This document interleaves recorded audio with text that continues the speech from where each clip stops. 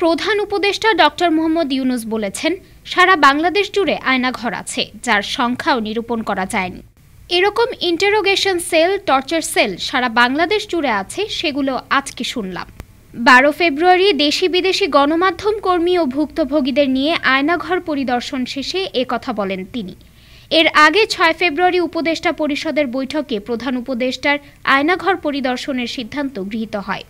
জানা গেছে, ইতিমধ্যে প্রতিরক্ষা গোয়েন্দা মহাপরিদপ্তরের ডিজিএফআই যৌথ জিজ্ঞাসাবাদ সেল এবং র‍্যাব-2 এর CPC-3 এর ভেতরে সেলগুলো পরিদর্শন করেছেন।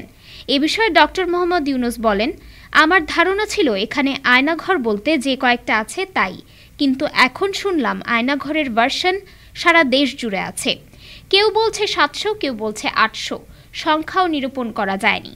কতটা জানা গেছে, কতটা অজানা রয়ে গেছে নৃশংস অবস্থা। তিনি আরও বলেন, যারা নিগৃহীত রয়েছে, যারা এটার শিকার হয়েছে, তারাও আমাদের সঙ্গে আছে। তাদের মুখ থেকে শুনলাম এটা কিভাবে হয়েছে। আইয়ামে জাহেলিয়াত বলে একটা কথা আছে। গত সরকার সর্বক্ষেত্রে আইয়ামে জাহেলিয়াতকে প্রতিষ্ঠিত করে গেছে। আয়নাঘর তার একটি নমুনা। এদিকে বাংলাদেশের আয়নাঘর নিয়ে ফেসবুকে স্ট্যাটাস দিয়েছেন ভারতীয় সাংবাদিক অর্কদেব সেখানকার একটি ইলেকট্রিক চেয়ারের ছবি নিজের ফেসবুকে পোস্ট করে লিখেছেন, এই চেয়ারটা দেখে রাখা জরুরি। ফ্যাসিবাদের জননী শেখ হাসিনার আয়নাঘরের একটি কক্ষে রাখা এই চেয়ার। হাই ভ্যালু বন্দীদের ইলেকট্রিক শক দিতে ব্যবহার হতো এই চেয়ার। ডেস্ক রিপোর্ট, আজ বার্তা, ঢাকা।